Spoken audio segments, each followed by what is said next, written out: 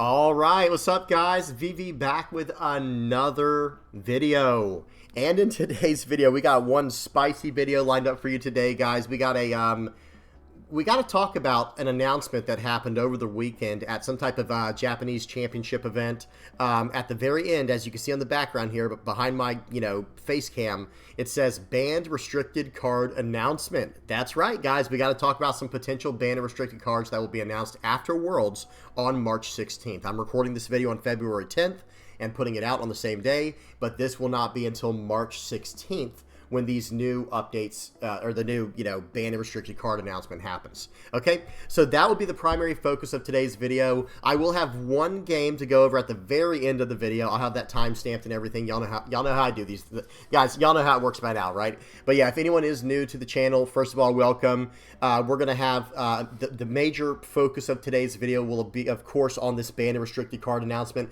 We'll kind of look at the meta, see how things are trending. We'll talk about stuff like that. We'll even talk a little bit about this tournament. So if you don't like spoilers, just hop to the end of the video and just check out the game I'll have prepared for you back there with blue-black Usopp versus black-yellow Linlin. Okay, guys, let's do this. Without any further ado, let's dive straight into it. Again, just to give a quick layout, most of the video talking about this, and then one game at the very end of the video of black-yellow Linlin versus blue-black Usopp. Okay, that should be a fun one to check out. Now, let's do it. Let's dive into this. Of course, if you have any comments, questions, or suggestions, and guys, I hope we have a lot of comments on this video. I want to know what people think about this, about these changes coming up here, or what people think the changes will be. Okay, I really want to know what people have to say about this. If you have any comments, questions, or suggestions, please do not hesitate to put those in the comment section below, or hop over to the VV Theory Discord, hang out in there with us on, the link is in the channel description. We're talking about One Piece 24/7. Now, let's do this, but one more thing before I get into it. Mondays, Tuesdays, Wednesdays, guys, here on YouTube, here on the channel, we stream now from 9 p.m. Eastern to 12 a.m., and you better believe we'll be talking about potential bans and restrictions in there, playing some games of One Piece, just randomly playing games on the sim and having a good time. All right, okay, let's do this, guys. Let's get into it. So check this out in the background here. Notice this was from a late night stream I did on Saturday. That's right, guys. I did a surprise Saturday night stream, had a really good time, and check this out, guys.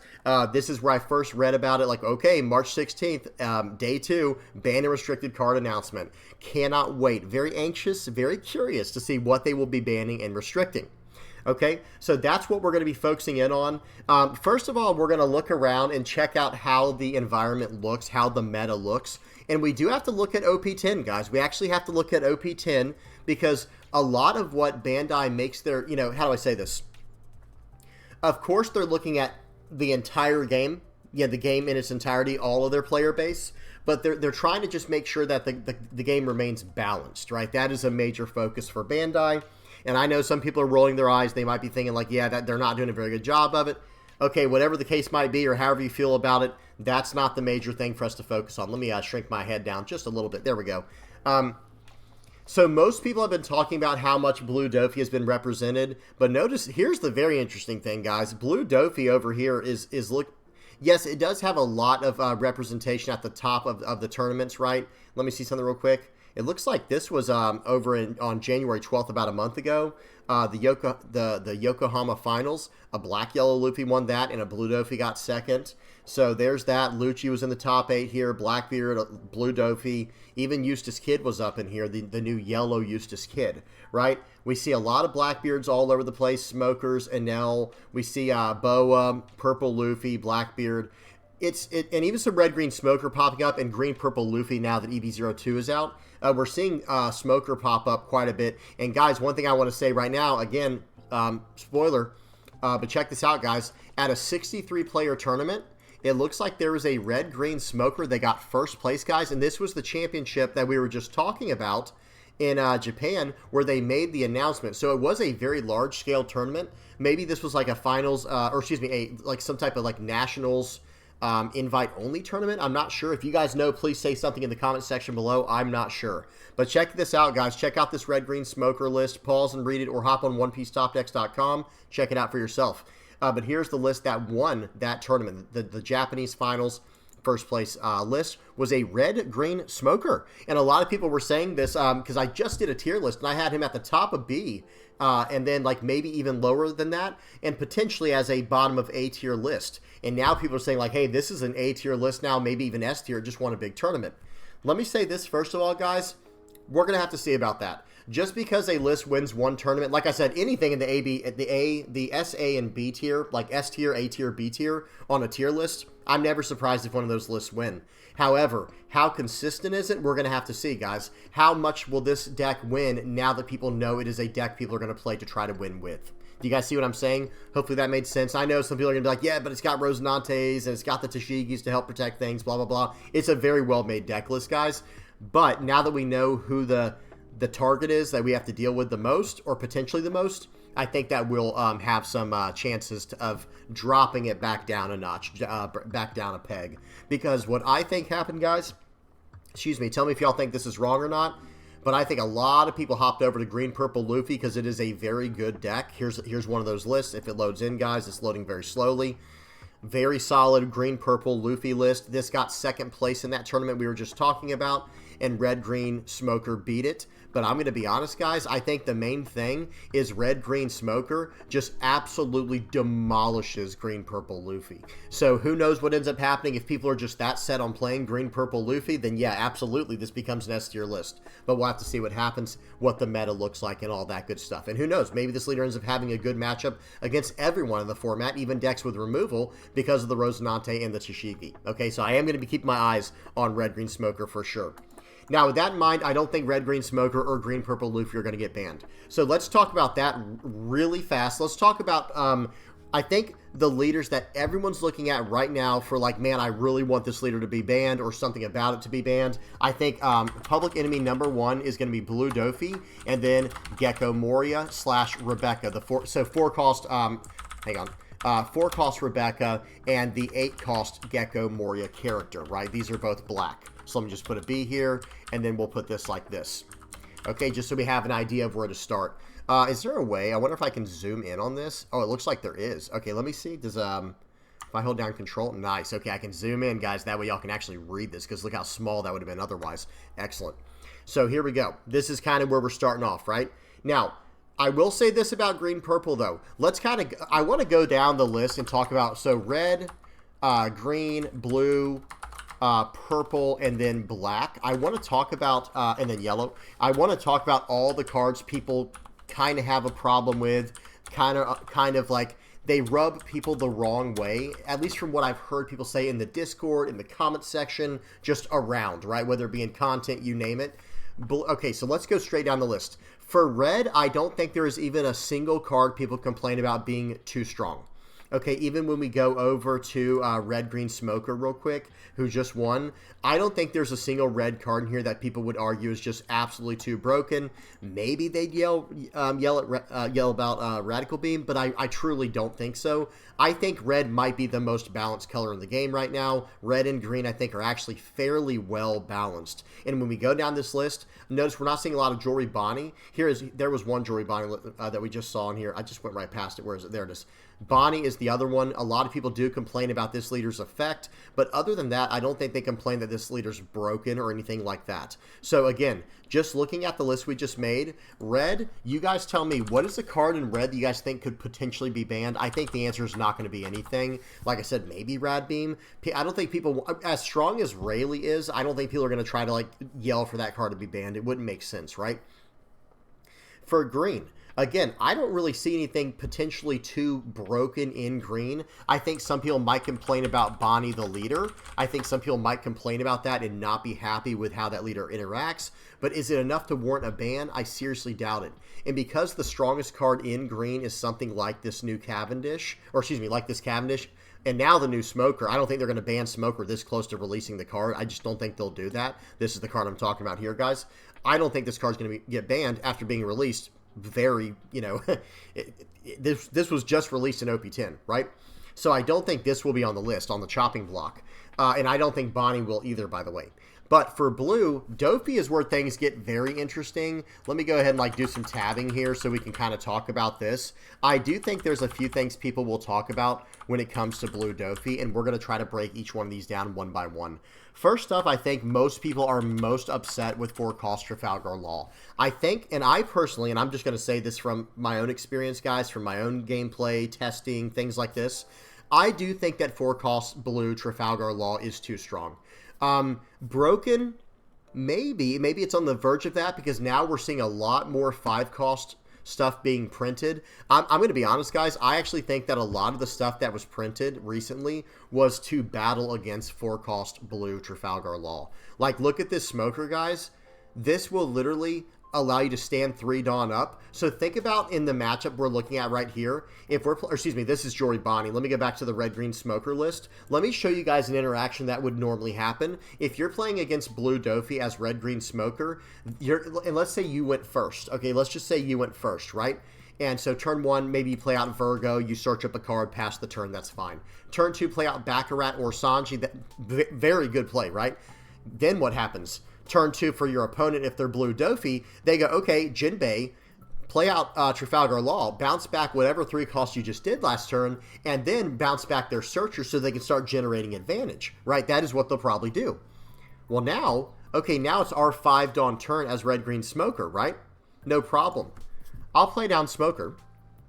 I'll stand 3 Dawn. 3 Dawn as active, guys. That's correct. So on a 5 Dawn turn, I'm going to play out a 5-cost smoker. This smoker character stands 1 Dawn as active, and the leader stands up 2 more since you have a 7,000 power character on the board as active. So 3 more Dawn. Okay, I will just simply replay the card you just bounced back to my hand. That is a very powerful play. That is what a lot of people, I think, call power creep. And that is incredibly powerful for sure. Like, there is no doubt to be had there. There's no confusion in that department. That is extremely powerful. Potentially too powerful. And I think a play like this was created literally to compensate for blue Dofi's 4-cost Trafalgar Law. Maybe it's not the only reason. I'm not saying it's the only reason that this was created the way it was. I'm just and this is just one leader. I'm just giving ideas on why cards like this might need to exist in the game when other people might be thinking like, yeah, no, this is an insanely broken card, right? Now, the other 2 that I want to talk about are 4-cost Boa and even 2-cost Teach. Okay, these are all starter deck 17 cards, right? ST15 was red Newgate, ST16 was green, Uda or whatever it was, and then ST17 was blue Dofi, and then 18 purple, 19 black, 20 yellow, right? So these top 3 things in Dofi, I do think are public enemy number 1. If I had to guess, if someone was like, hey man, I'll bet you $50 it was this card. I'm not really a betting man or anything, but I'm just trying to, for the sake of this example, if I was forced to give you guys what I think will be in that ban and restriction list, I would be very surprised if it was not 1 or more of these cards, or some type of restriction in some way, ban, restriction, whatever it might be, whatever they choose to do. And if I had to pick, it would be 4-cost Trafalgar Law, because, yeah, while that's nice that red-green smoker back here has a really cool interaction to get their cards back, no one else does, right? So what ends up happening is you start gatekeeping entire leaders out of the format because they just can't simply keep up with the value that 4-cost Law provides blue Dofi. Because think of it like this, guys. This is the best way I can explain it, like the simplest way I think I can explain it. Nothing you play anymore on turn 1 or 2 matters anymore to blue Dofi because this 4-cost Law interaction is so strong that, like I said, whatever you decide to play, it just doesn't really matter. And then what's worse is the Trafalgar Law doesn't lose value over the course of the game like you might think, because some people might be thinking like, okay, well, that's a really good early play, right? That's a really good early play, but it's not good later. No, it's really good later because 4-cost in particular is a very important card slot in the game of One Piece TCG, at least currently, right? It looks like they're trying to push that to the 5-cost spot, like what we see with Cavendish, with Smoker. We're seeing them try to get some bigger, more impactful cards printed in the game, but for the time being, we're still stuck where we are, right? So with that in mind, I think with blue Dofi, the 4-cost Law is a major, major problem. I've said this before many times. Anyone who follows my channel knows I have a problem with that card, or especially if you're on the Discord, I talk about it a little bit more freely on there. Please join the Discord, guys, if you're not on there. I talk much more freely about stuff on there, much more loosely. Okay, and then 4 cost. Then after that, this is the number one thing in my opinion. Then 4 cost Boa and 2 cost Teach. Those are kind of strong. I'm not nearly as scared of those cards because I'm okay if you develop a 4 cost 6K blocker. Yeah, that's very good. I've also said some other things, guys. I think that card should have been a 4 cost 5K, no counter that does what it does. I think 4 cost 6K is a little overtuned, and I think that the 2 cost Teach should have to rest when it's played. But yeah, they can't just errata every card. It will become too confusing. You know what I mean? So with that in mind, I'd be a little surprised if they chose to ban one of these 2 options. I think the more likely target is Law because I think it does too much to, how do I say this? It takes too much agency out of your opponent's game. Like, I mean, they just bounce everything you have early on, and now you just lose everything. It just can ignore too much of what your opponent does in the early game. Too powerful, in my opinion. Now, we'll talk about a few others everyone wants to talk about right now, and that's Jinbei. Jinbei is a card that a lot of people want banned. I know this, I know. But I personally don't think Jinbei's the problem. That's just me. I know some people might be rolling their eyes or clicking off the channel, whatever right now. That's fine. I hope you don't get too upset about it. But hey, I'm just trying to be honest. I don't think Jinbei's actually as big a problem as you might think.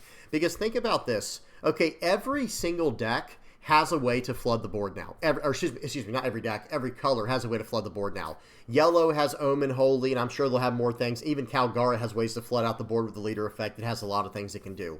Black has Gecko Moria. We're not on black yet, but we'll talk about that down there. Black has Gecko Moria and a few other things as well now where they can kind of flood the board as well. Excuse me, let me go down the list though. Green has like an entire film engine and the entire Supernova engine as well. Straw Hat, Supernova, film. They have a lot of ways they can flood the board very effectively. Blue has Jinbei. Purple has the 7 cost, what's his name? Luffy Taro. And it also has a few other things as well, right? It even has like ulti. You guys remember the ulti page 1 combo? Or no, ulti. Yeah, I think ulti page 1 combo. I think it was where you could flood the board with that as well. Black has Gecko Moria, like I said. Yellow has stuff as well. We talked about that. Blue's only version of board flood is Jinbei. I don't see the problem there. I do think that I've mentioned this before. I do think that Jinbei probably should have been. I'll just say it instead of typing this all out. I think Jinbei would have been balanced, more balanced, like in better health for the game, better for the long-term health of the game, if they made Jinbei into a 5 cost. So 5 cost, 6,000 power, 1K counter body that could play out a 4 cost character from your hand that was 7 Warlords of the Sea. Especially if it played it out rested. But if it did something along those lines, I think Jinbei would have been more balanced. So I do understand why people think this card is a big problem. But it is just cheating out a 4 cost, right? The thing is, like, what is it cheating out? That's the problem. Because by itself, it's a 4 cost 5K vanilla. It cheats out a body. What does the body do? If it's a 4 cost 6K Weevil, that's very strong. But I can typically deal with that. That's just a vanilla body, right? But when they're cheating out a Trafalgar Law, you can't deal with that, guys. Let me explain how that turn looks real quick. Let me get some space down here so we can go through an example. So, like, the way that looks is like this. Like, there's potential. Okay, this will not happen often, but here's what your potential turn could look like, right? Let's go, turn 1 for the Dofi player going first or second, searcher slash top 5 setter, right? So one of the searchers or the ways to set top cards in your deck. Okay, turn 2, you play out. Well, it depends. You either play out the Jinbei or you attack in to cheat out the Jinbei. And then if that can cheat out a, a 4 cost Law, you are then bouncing back your searcher for further value and then just totally diminishing whatever your opponent just did that following turn, and then it's gone. Like we just developed 2 bodies and got rid of one of yours and got a card back for further advantage later. And I just think that specific scenario is not as strong if you don't have this one card right here. Right, like this one card right here is what I think makes Jinbei feel too strong. Now, if he plays out a Boa, a Gecko Moria, the 4 cost blue Gecko, of course, or the Weevil, I think this is actually very, very manageable. And yes, it is advantage. And like I said, I think the better way to have balanced this card was making him into a 5 cost. But I still don't think this is the overwhelming, problem. I don't think this is the biggest problem is the Jinbei. I actually think the bigger problem is the Law. What else? There's actually another card in blue we're going to talk about called Pudding. And I know a lot of people get mad about this card. Let's go to Dofi while we're talking about Dofi at least. Here we go. This is a 5-0 flagship winning one. So this is the card we're talking about now. I think Pudding is just simply too strong in the game of One Piece. Excuse me. I think if they had made this card into a 5-cost, 5,000 power, 1k counter card, and then the on-play effect was do exactly what it says, but you have to draw to 7 cards. So in other words, if your opponent has 10 cards, they have to draw to 7. If your opponent has 1 card, they have to draw to 7. If they had made it into 7, I think this card would have been very balanced, even at a 5-cost, or even make it a 5-cost, 4,000 power character with the 1k counter.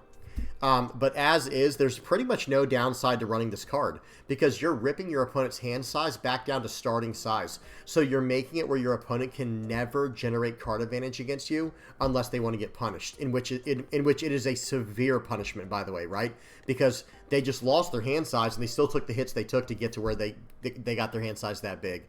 I think this card is a serious problem in the game, and I would rather them remove this card than Jinbei or Boa or Teach.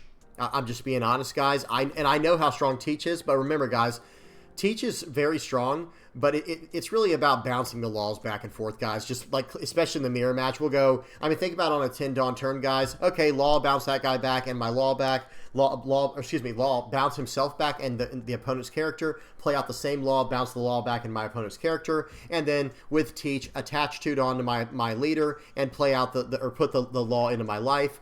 Attack in, cheat the Law in again, bouncing back the Law again to save it, and bounce back their 3rd character. It's just absurd, guys. It's just, I'm sorry, it's just a little bit too strong in my opinion. I don't think it should be possible. However, with Pudding, it's not that strong, but Pudding does things in the inverse, right? Sometimes what decks will do to play around very powerful early board states is they will take the early hits because they're not very effective. He swings for 7. Do I want to give him 2 cards, or do I want to take a life and draw a card so I can deal with it later? Good players will try to deal with it later, generally speaking, guys. That is a fact, okay? Yes, good players will play around Pudding too, I understand. My point is, good players will, typically speaking, play around the early game of someone by amassing cards in their hand so they can do something more effectively in one turn, forcing their opponent to play out the turn prior, forcing them to overextend. Pudding says you're not allowed to do that. Pudding says, I'm not going to allow you to play in a way that is good, you know, that allows you to play to your outs and allows you to play skillfully. It just says, I'm just going to ruin everything you planned. Because this card doesn't make you discard cards out of your hand down to where you need, like down to the 5-card, you know, threshold. No, you shuffle all the cards you just built up and fixed over the game back into your deck, and you just got 5 random cards. So in other words, if you had 10 cards and they hit you with this, you just lost a 5-card advantage, and you have 5 random cards. I think that this card very much hurts the long-term, you know, health of the game. That's just me. Some people may disagree. That's fine. Say it in the comment section below, but please be respectful. Last but not least, guys, in blue that I want to talk about is actually a very subtle card. I don't think they're going to do anything with it, but I think it would be good if they got rid of it. Is Perfume Femur. Guys, I personally think Perfume Femur should not have been printed in blue. They already have ways to bounce cards back with red. They have, you know, Red Rock. They have the Trafalgar Law right now. They have the Gravity Blade Raging Tiger. They have these ways to just straight up remove blockers from the game. I don't quite understand why Perfume Femur was needed. Okay, I'm going to leave that there because I don't want to actually, like, this is not a hill I'm willing to die on kind of thing. I just think this card was needlessly printed, and it gave Dofi a little bit too much power creep. Okay, so there you go. So for blue, these are the 5 cards, really 6 cards I think we should focus in on. These are the ones that I think are most likely to receive some type of ban or restriction. Not all of them at once, by the way. Not all of them at once, just like 1 or 2 on the list. Maybe multiples, you know, maybe 1 or 2 or 3 or 4 of them, but not all of them. That would be a little bit crazy. Purple. There's 1 card we have to talk about in purple, guys. 1 card. Gum, if I can spell it. Gum Giant. This card is very powerful. Okay, I'm not saying it's broken. People are going to be like, "Why? Oh, yeah, VV Theory thinks these cards are broken or thinks this." Like, no, guys, understand where I'm coming from. I'm not calling for the banning of any of these cards, by the way. I'm actually calling for these cards to be reprinted entirely and balanced more properly. Like I'm not. They're not going to do that. And let me just tell you right now, they're not going to reprint all these cards we're talking about today, guys. I'm just saying, like, in a perfect ideal world, that would actually be the best course of action, is where they say, hey guys, we're going to errata 4-cost Law. It is not going to be able to bounce back itself or any character for that matter that costs over 3 Dawn. right? And maybe even over 2 Dawn. Maybe it can only bounce back a 2 Dawn character to bounce back a 2 Dawn character on your opponent's side. Maybe that ends up being the way that they should have balanced Trafalgar Law, right? I'm calling for these cards to be in some way eroded. I'm not saying they're going to ban and fix all these cards. Understand that? We're just talking about in an ideal, in a perfect world, you know, this is what I'm recommending. And these are the cards that I see are like most likely to get hit. Next up is Gum Gum Giant. Okay, Gum Gum Giant for purple. I think it is a little too strong. Okay, guys. Now let's talk about purple real quick. There's not a whole lot going on for purple. Let me just bring up first of all Luffy. We'll go over to gumgum.gg. By the way, guys, we'll check out the purple leaders here. Check this out. If you look at the graph here, I like how they have this graph. This is for 2 weeks. Current meta deck lists over the past 2 weeks of EB02 included, right? There's only 14. Oh no, excuse me. There's only 14 decks of Luffy. Hang on one second. Let me get rid of it. So this is out of 210 decks, guys. Look at this. 8%, 5 purple Luffy lists, and then 15 green purple Luffy. And of course, these are using Gum Gum Giant. All of them are using at least one of them. Now there is some Blurple Reiju, green purple Lim, and red purple Luffy would also be using it. So we're looking at around 25. We're looking at over 30% of the meta is probably using that. And by the way, with blue, notice we were looking at this as well. Let me go back to EB0 or OP10. It looked like about 25% of the meta was using, or 26+% was using. Hang on, we're on all. Let me do all. There we go. So about 61 lists, about 25% was running Doflamingo in the format. That is a little bit of that. That probably should raise some concern, right? That is something that the designers should look at and look into. Teach at 15%. 15% is probably a pretty healthy number, right? Because here's the thing. 15% is probably where we want all the top leaders from each color to land, right? So in other words, think about that. So 15, 30, 45, 60, 75, 90, right? So that would be 90% of the meta if we had if we had one color or one leader represented from each color. If they make up exactly 15%, that would probably be perfect if that's how it's going to work out. A little bit less than that would prove to be even more of a healthy environment, but I think we want all the best decks to be somewhere around 10 to 15% for their color representation. So back in OP10, seeing 10% purple Luffys, that shows pretty good balance, right? 25% is definitely need for concern. 15% is getting close to that because there's still 5% smoker, 5% or 4% smoker, 4% Lucci over here. So that ends up being over 20% of black represented. And think about that, guys. If there are 5 decks that represent 20% of the meta each, that's 100%. So that would not account for all 6 colors. That's something I think they should mentally try to work around when doing the math on these kind of things. So for yellow, being at 2% here, 5% here, 7%, and then 1% Katakuri. So they're probably just under 10% for yellow decks, especially if you include like black yellow Luffy and even green yellow Law. Right around 10 to 15%. Yellow looks pretty good. Black might need a little bit of tuning. I think black does need tuning, and so does blue. Black and blue are the most over-represented colors on this entire chart, especially if you account for the 0.5% of blue-black here with Usopp as well. Black and blue account for 24, 38, 42, 50%. So 50%, and that's not counting some of the other half percentages here and there with like Luffy, Boa Hancock, that's actually straight blue, and then Vinsmoke, Reiju randomly here. That's mainly purple, though. You guys get my point. A little bit of Port Costiers. So the point is, like, 50% of the game right now appears to be blue and black, and I actually think that plays a big factor in what they're going to hone in on for bans and restrictions when they announce it on the 16th. Now, there are some complicating factors, right? When we go back to EB02 here, blue is still massively overrepresented. Blue and black, right? So this is 18% across all the black decks right here, and then even Gecko Moria randomly being in here. So that's 18, 19, almost 20%, and then we have Usopp randomly in there as well. And yeah, so that ends up being around 20 to 23%, right? Blue is right here at 20%. Usopp, again, that's like a 0.5%. It's hard to calculate. And then even Nami, this is a little over the 20% mark, but this is still very early on. But the major representation seems to be across black, blue, and now purple.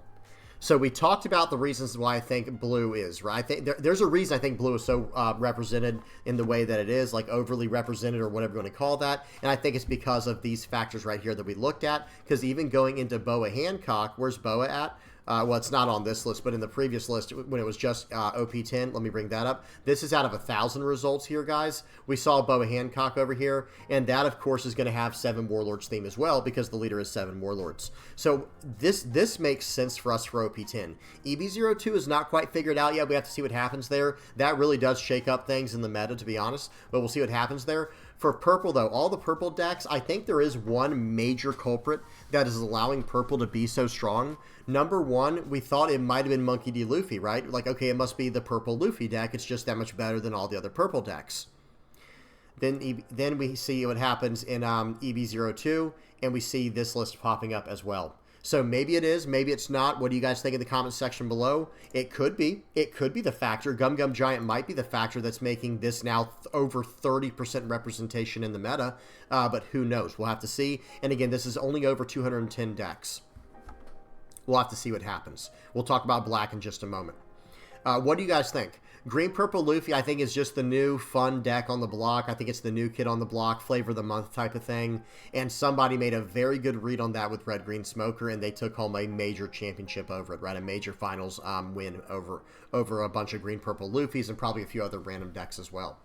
But we'll have to see what happens with that in the future. But long story short, it looks like with Green Purple Luffy and Purple Luffy, if we had to pick one card that's really pushing that leader above the rest, I think it might be Gum Gum Giant. However, I don't think we need to get rid of Gum Gum Giant just yet. I mean, that's just me, guys. Tell me what y'all think in the comment section below. I do think the card is overtuned. I wish it was a little bit different than what it was. Maybe if it just drew a single card, it would be a little more balanced. But as is, I think Gum Gum Giant's a little overtuned. So let me say this. I don't think the card will be banned, but I would not be surprised if it was. It is a card that would not surprise me if it got hit in some way, shape, or form. Okay? All right. Next, we got black and then yellow. Let's go ahead and move down here. So for the black cards, the main thing we need to talk about, let's just go ahead. How did I do black? Okay, or with blue, I did it like that. So I think, look, guys, this has been the whole 9-cost Gecko Moria has been here the whole time. How long has that been there, guys? That's too funny. But let me go ahead and get rid of these real quick. Let me do a tab. I'm actually going to tab out this one as well. We'll fix it in just a minute. We'll do Lucci. This is Lucci slash, we'll talk about Lucci and Smoker mainly, but then we can also talk about Teach as well. I don't think that's as big of a problem, but who knows? It could be. We'll have to see what happens. So let's talk about the 3 main cards I think we need to talk about within the context of what makes black strong in the current game.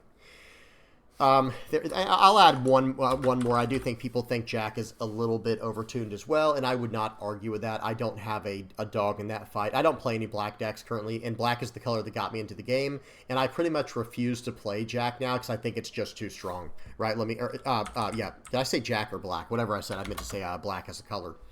So here you go, guys. This is really the main thing we're looking at here. Can you guys see it okay? There we go. So when it comes to black, we're talking about Lucci, Smoker, and Teach.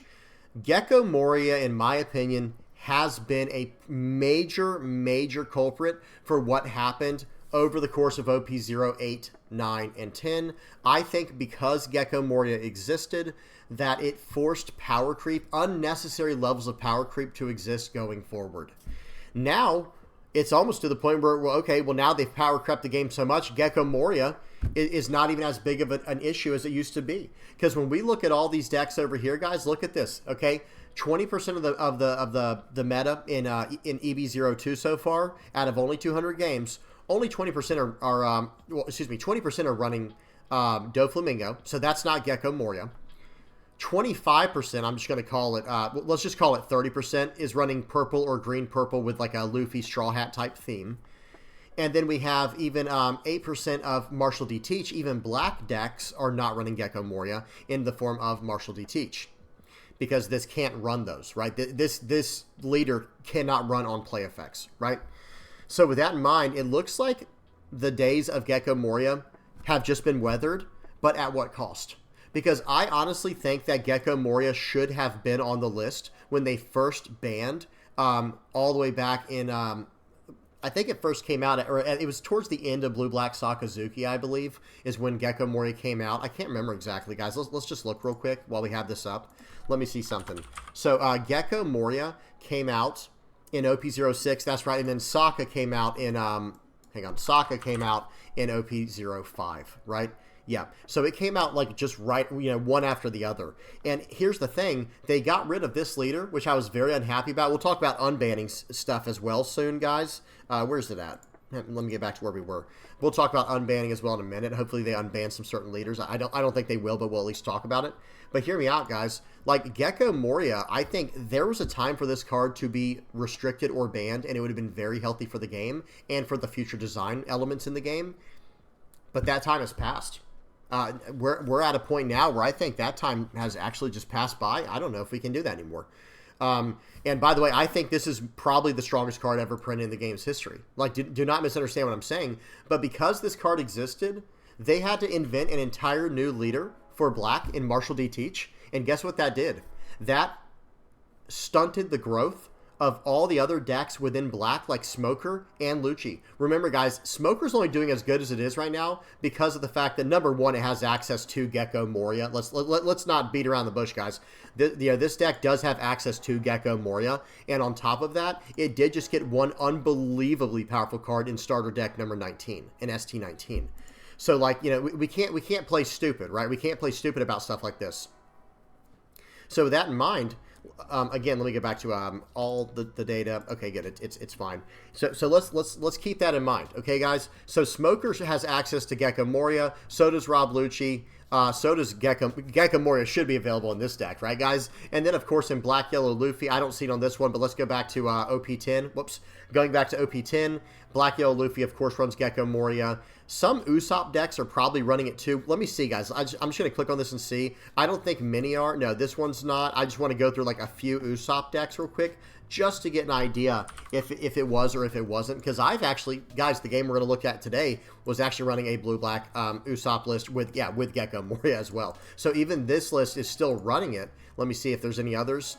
It's probably going to be every other one will have blue-black Usopp. We'll have Gecko Moria, or maybe not. Maybe only a few will have it.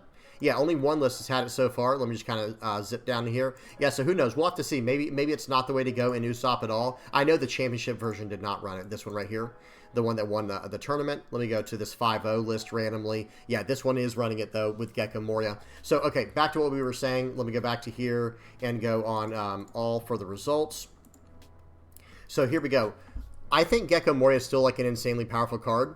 But here's the problem. The same thing happened with Red. Do you guys remember what happened with Newgate, Edward Newgate? That leader, I'm talking about the leader, guys. I'm talking about the 6-life, 6,000 power leader that loses a life every turn. That card was so strong and so far above its time, it should have been banned a very, very long time ago. Well, back then. Now we've power crept through it, right? Now we went right through it. But because of that card and how strong it was, they had to go different directions with Red, and Red has never recovered. Does anyone remember this? Red never recovered from that. Like, if you look at afterwards, like, yeah, there are still some Red decks now. They had to go, like, with a Shanks route now, right? They had to go away from the Whitebeard Pirates and go down more of a Shanks route. And Shanks seems like it's going to be very good, right? Shanks is going to be solid. But my point is, they've already made this mistake before, where they did not ban a leader fast enough when it needed to be banned. Or let me say ban a card fast enough. In the case of Red, back in OP02 and OP03 and OP04, I think is when it finally ended. Yeah, Newgate should have been banned, guys. It just simply should have been, in my personal opinion. The deck was completely broken. And here's the thing. People might start thinking, like, yeah, but a few decks were able to beat it here and there. Yes, that is true. Good pilots were able to make do, and, with good pulls and things like that, people were able to beat the deck here and there, but it was still winning so much that what ended up happening was, okay, people just grit their teeth and just had to muscle their way through those almost unbearable formats. And on top of that, they ended up stunting the growth of Red to compensate for how powerful it had become. And then it fell behind. Well, here we are with Black. It looks like now it's Black's turn, right? Gecko Moria was a card that should have been dealt with a very long time ago. It was just simply too powerful. We'll talk about Rebecca as well in a minute. We'll talk about Rebecca in a minute. But here's the thing. This card was just simply too powerful back then. And now they're power creeping the other colors right past Black. Now, Black does still have Gecko Moria, which is the insane card we're talking about. So, of course, it will still have the ability to compete. However, another thing too is Black is no longer flavor of the month. People are trying the new green-purple stuff, the blue Dofi stuff, and all of that. And Black even has a new toy in the form of Marshall D. Teach, the leader, which takes Black in a totally different route. They had to print a new type just to get people to get off of Gecko Moria. Okay, guys, just understand that, okay? So with that in mind, I do think it's probably too late to even do anything about Gecko Moria because of the power creep level we're at currently. But who knows? Maybe this was a little bit better than how they dealt with the Newgate situation. We'll have to see what happens. But I would not be surprised. Hear me out, guys. While I do think this card should be hit, and just for the future health of the game, for future design space, I would not be surprised if they just ignore it again. Because, guys, they ignored this all the way back when the card first came out, back when they did the first ban cycle, where it could have been hit then. And then they did it for the second ban cycle. They ignored it again for Red Purple Law and went straight past it then. So we'll have to see. I think they really like this card and what it does for Black. So we'll have to see what they do going forward. Next up is Rebecca. So whenever I get in these conversations about how strong Gecko Moria is, the first thing people tell me is, no, it's Rebecca that's too strong. I completely disagree, because whatever you can do with Rebecca, you could just do it again next, on the next turn with Gecko Moria plus Rebecca. So, like, however strong you think Rebecca is, that's fine. It is strong, by the way. I'm not saying Rebecca's weak at all. However strong you think Rebecca is, Gecko Moria makes Rebecca twice as strong, if not 3 times as strong, right? Because you could have a single Rebecca that you saw the whole game in your trash that you could just keep recycling with the Gecko Moria. You could just keep doing it over and over and over again. So it's as long as you have enough Gecko Morias, I'm saying. So it's one of those situations where I get what people are saying. Rebecca is an insanely powerful character card. It is. It is an insanely powerful card, guys. But look at it like this. There's a reason Black Yellow Luffy, let me go back to OP10. There's a reason Black Yellow Luffy is doing as well as it is. And it has absolutely nothing to do with Rebecca, because Rebecca's not in the list, right? Now, yes, if you're in a mono black list, then Rebecca's value goes up much more, right? But in a list like Black Yellow Luffy, yeah, of course you're just going to run the Gecko, because all the stuff you're bringing back is because of Gecko Moria. So it's just one of those situations, guys. Same idea with Usopp. Remember, guys, we were just looking at Usopp. Let me bring this back up one more time. Look at this, guys. I'm curious to see. So I know this list had the Gecko Moria in it. Guys, this card in blue-black Dressrosa Usopp, we are seeing Gecko Moria being played over the 4-cost Rebecca. What's going on there? You know what I mean? It's one of those situations where it's outrageous, right? Let me go back to one more, this 5-0 flagship we looked at. Maybe it'll be in this one. Maybe this was the other list we had the Gecko Moria in. Yeah, it actually looks like the exact same list, but they're not. If they are, they're not from the same person. Let me see. Kumazino, and this one's unknown. Who knows? Maybe it's the same guy who won 2 different tournaments with the same list. I don't know. My point is this. I understand how strong, I truly do understand just how strong the list is, right? Or, excuse me, Rebecca is. Where's the list at? There we go. I understand how strong Rebecca is. I really do. But however strong you think Rebecca is, Gecko just amplifies that to the 2nd, 3rd, 4th, 5th power. It just gets like out of control. So Rebecca, I will say this though. Let me say this though. I would not be surprised. I think they would be more willing to ban or restrict Rebecca over Gecko Moria. Because Gecko Moria is used across any deck that can run black other than Blackbeard, because it literally can't benefit from on-play effects, right? Whereas Rebecca will be a lesser hit to the rest of the field. Like, for example, Black Yellow Luffy, if they banned Rebecca or restricted Rebecca, they would not target Black Yellow Luffy with it, right? Or it wouldn't hurt Black Yellow Luffy as bad, and Black Yellow Luffy seems like it's doing just fine. It's not, like, broken or anything like that. It's not running away with the format, and it would still be a slight nerf to Black. So I can see people's argument in that regard for banning Rebecca, but I guess where I get where I get all frustrated is people who think Rebecca's better than Gecko. It's like, okay, well, however good you think Rebecca is, Gecko just brings it back. Right? And if Rebecca doesn't exist, all these other lists still will run Gecko that don't even run Rebecca. But the lists that do run Rebecca just swap that out for Borsellino. And now they at least have a decent 4-cost target, right? Or they just pull back the Lucci and just hit him with the Helmeppo, blah, blah, blah, blah. Blah, blah, blah. Y'all know what goes on from there. Okay, moving on. Ice Age. I actually think this is the biggest problem card in Black currently.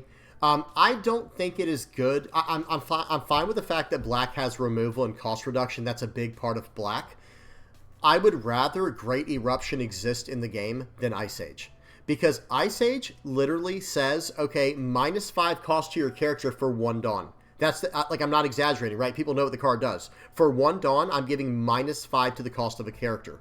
I understand people are going to say, like, yeah, it's not the same as power reduction, though, or even power, buffs, right? That's true. Any kind of power manipulation is not the same, because power manipulation goes both ways, right? I could potentially pop something based off power, or I can just run into your guy if I make my guy big enough or your guy small enough. Power is a little bit different. There's different factors, right? But let me just say this right now. Going -5 to the cost of something makes certain cards, another card I forgot to mention on here, Brook, three cost Brook.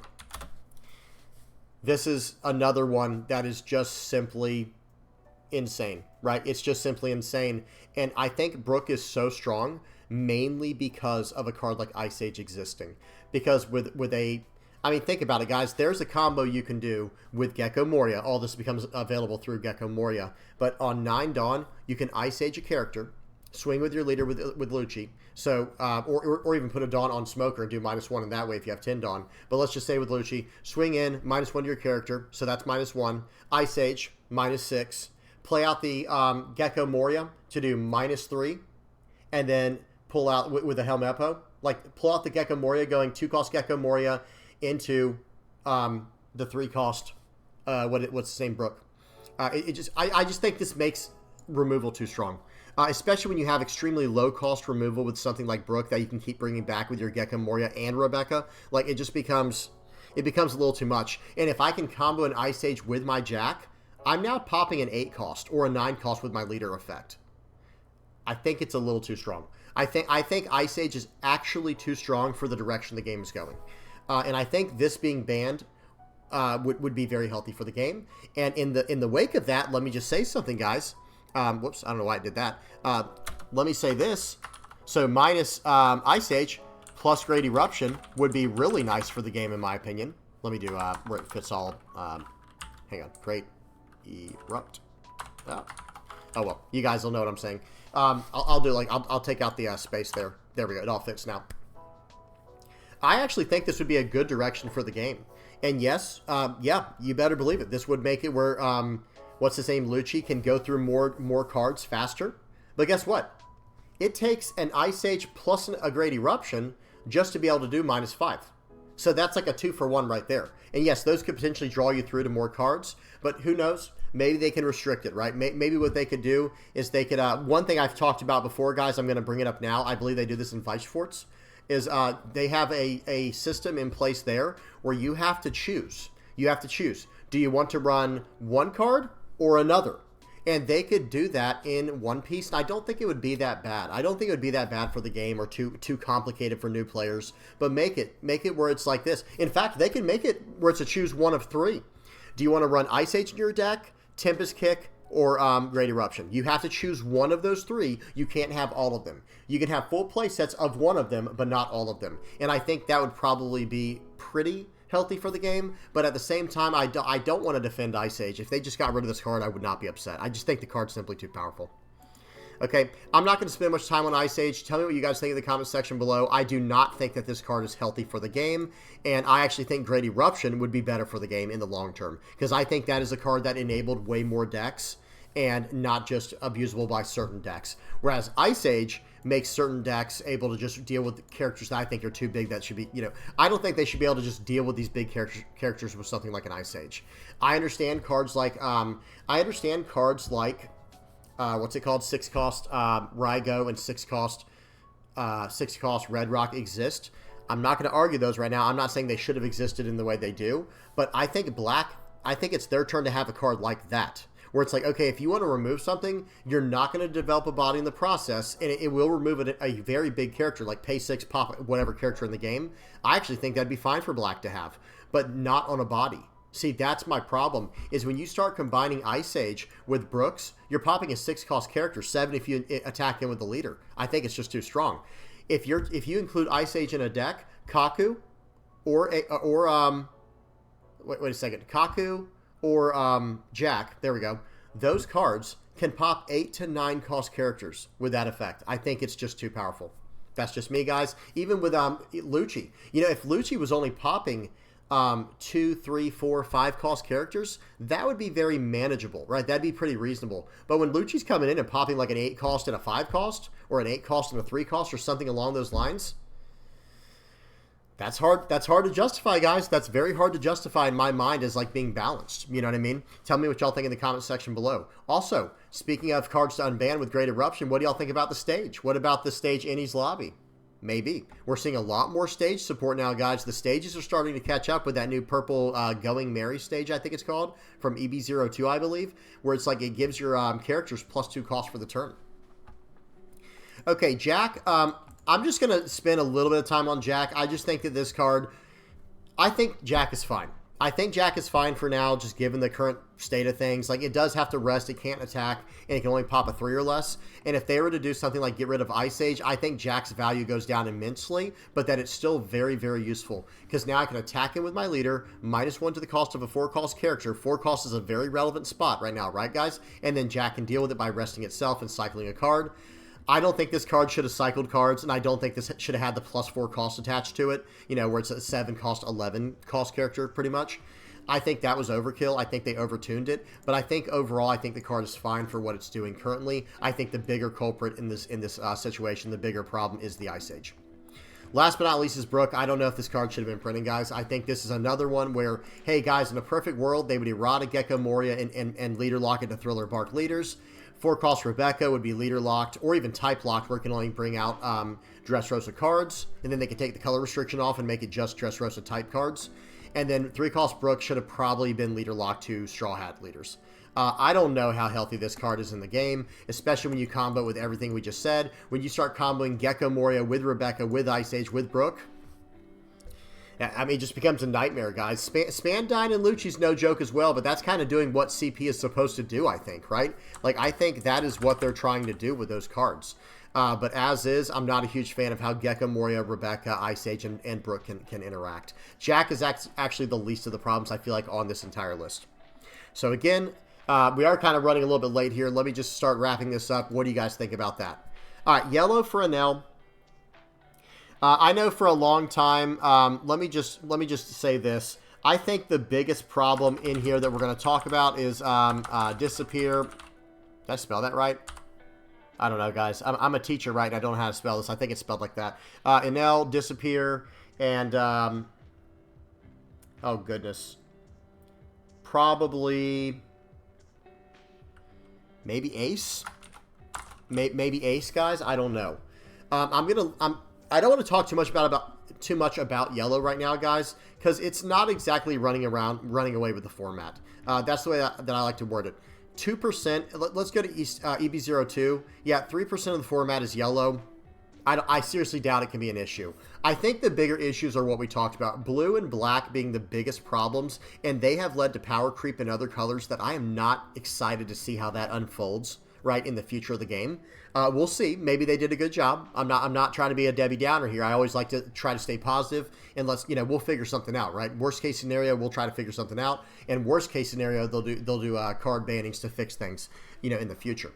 But let me say this right now. I think green with Jory Bonnie, red with Shanks, and even Zorro apparently. So red with Shanks, green with Bonnie, and even red-green Smoker. That looks pretty healthy as well. And then red, green, and yellow with Enel and Trafalgar Law. I think red, green, and yellow are actually incredibly well balanced currently for the state of the game. I think the bigger problems are in this area here with the purple, blue, and black. And purple only because of one card, Gum Gum Giant. I actually think look at this, guys. If Monkey D. Luffy was the only purple deck on here, we would only be talking about black and blue.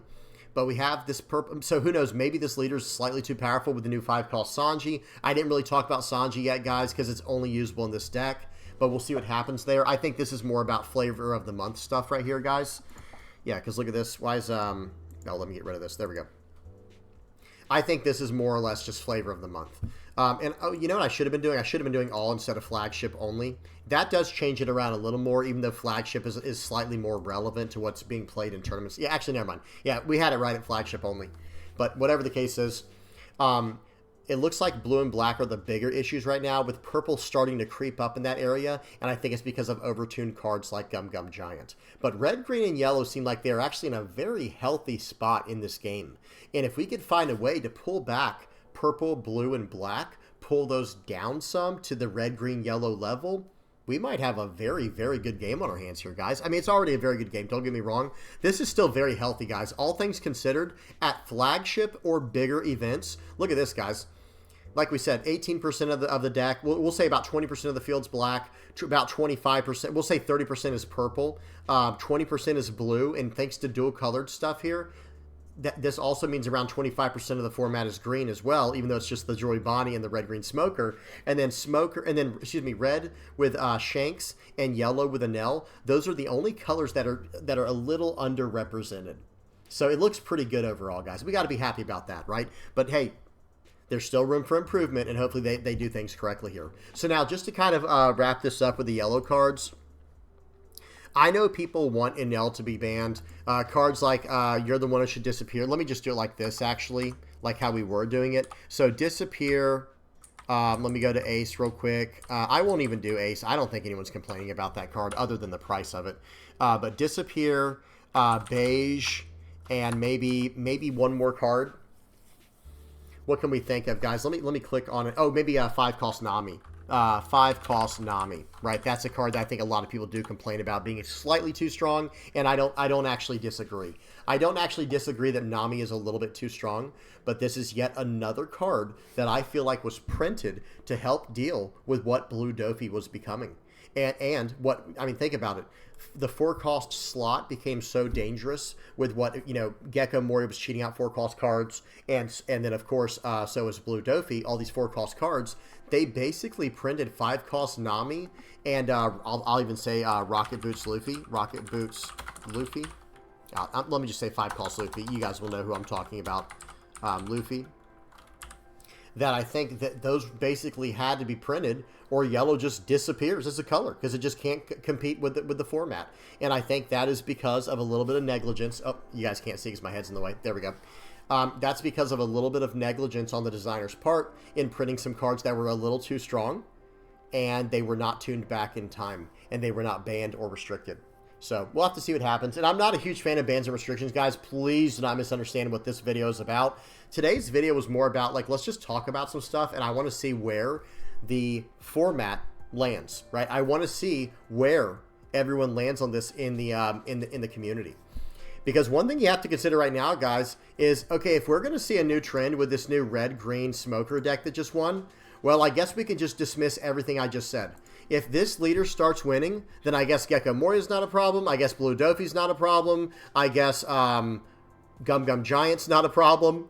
And now we have a red-green deck. So there's the other the other two colors, and then yellow's on the side. I guess yellow's not a problem anyway right now. But then I guess this red-green deck just starts taking over. I seriously doubt that will be the case. But let me say this right now. If this deck was the one leader that brought everything back in check, I'm really happy about that, guys, because now that we know this leader can win, and I think it has a very, very favorable matchup. Let me go back to the gumgum.gg main page here for EB02. If red-green evens out the matchup and this becomes like 15%, then we have 15% black, 15% blue, and 15% purple. And then we just have to work on yellow going up, right? Because green does have 15% as part of this green-purple Luffy thing here. Maybe more of it starts drifting towards Bonnie. And then yellow just has to catch up with around 15% Enel. And we have a perfect format, guys, where everything's represented around 15 to 20%. Unbelievable. That would just be incredible. I don't know any game that's ever done that, guys. I don't know if that's ever been done before in TCG history. You guys tell me in the comment section below if it has. Okay, well, that's about it, guys. I think we talked about everything I wanted to talk about. Okay, I will at least go over these real quick. We talked about 5-cost Nami and Luffy. I think these were printed for a specific reason. I do think You're the One Who Should Disappear and Beige are not great for the game. They don't feel good. No one likes losing to these two cards, and I bet everyone here listening has lost to these two cards, and even the leader Enel's effect as well. But again, we have to look at the results, guys. We have to do things based off the data. We have to do things based off the percentages. And I just don't see Enel being broken, guys. It's just not in the cards for me, right? No pun intended. It's just not there. Is Enel a very strong deck? Absolutely. It's a very, very powerful deck, and it just got even stronger in EB02.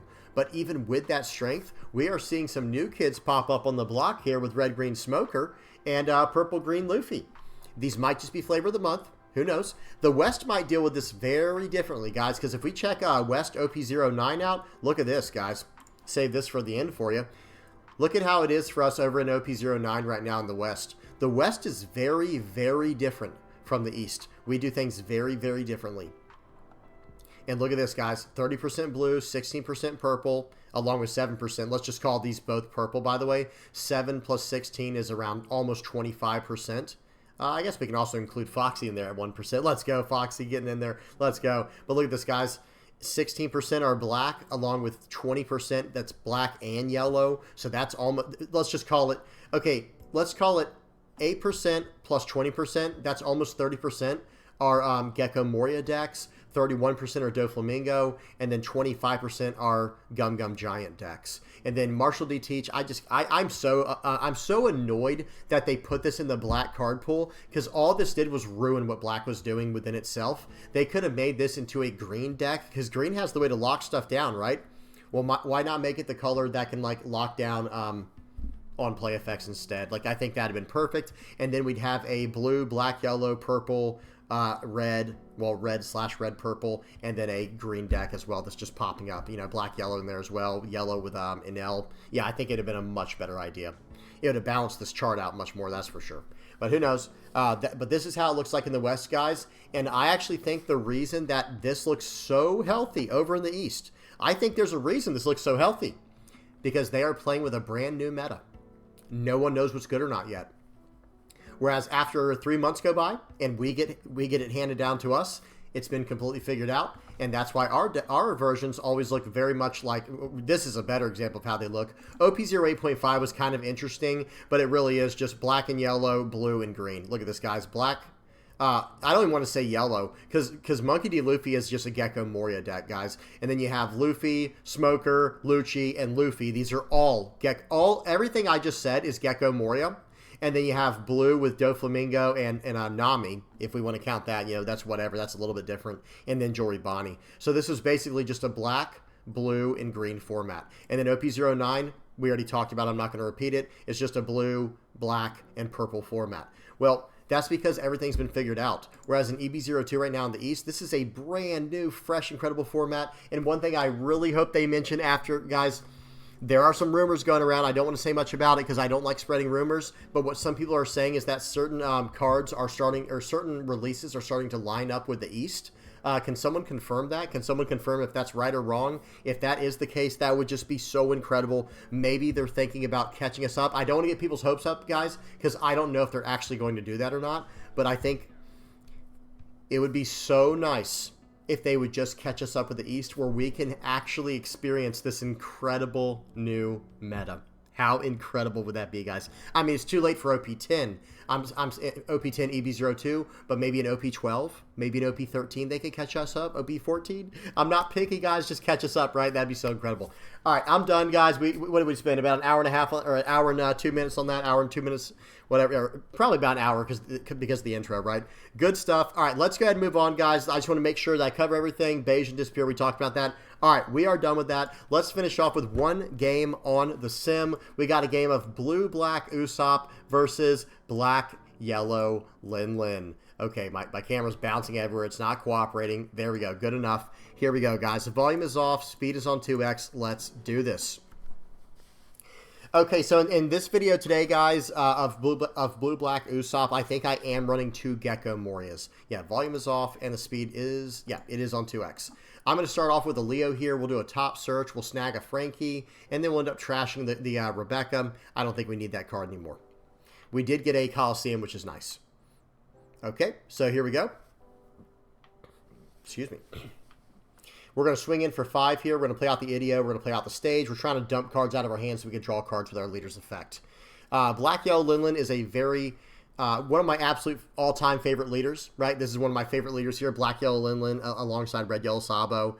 I just wish it had a little bit more support. I'm going to say it. I'm just going to say what it is. I'm going to say it for what it is. I wish it had a little more support. We're going to swing in. They're going to play out a Brule. I don't know if this is like the hand discard version going around. but we'll have to see. Okay, so here we go. We're going to swing for 6. Let's see what they decide to do. And I think we might just slam down a Cavendish here, guys. Soul Pocus, we'll trash our top life card, no problem. We'll go ahead and trash, we'll play out the Zoro, popping the Brûlée, and then developing a 6,000 power body. They are playing some hand destruction here. They play out the Charlotte Pudding. We'll trash a card, and here we go. Yeah. I should have summarized more, guys, on what I think is going to happen, but, you know, we really don't know. It's all speculation right now. Okay, we're going to block that to draw a card. So we're actually a pretty good leader to counter what Black Yellow Linlin is trying to do here by making us trash cards. We're going to swing in for 5 here. Okay. Let's see what they do. We're still going to play out the, I think we're going to play out Rebecca Kairos here. We're going to swing in for 6. They'll just 2K counter out. Very nice. We'll play out the Rebecca, play out the Luffy. We'll play out the Cavendish. We're not going to play out the Kairos. Actually, we play out the Luffy because we're swinging 7 into that Charlotte Pudding, and we're going to pass the turn right there. Do they actually want to swing all the way into my my Luffy? Because I'm not really trying to win on this turn. I mean, I don't have to, and I'd rather keep the Cavendish alive. That's why we swung out with the Luffy, give them more targets. Maybe they want to go for the bigger target of Luffy. Sure. I don't even have any counter power in hand, guys, but that would cost 3 Dawn just to swing into my guy. I'll let it go.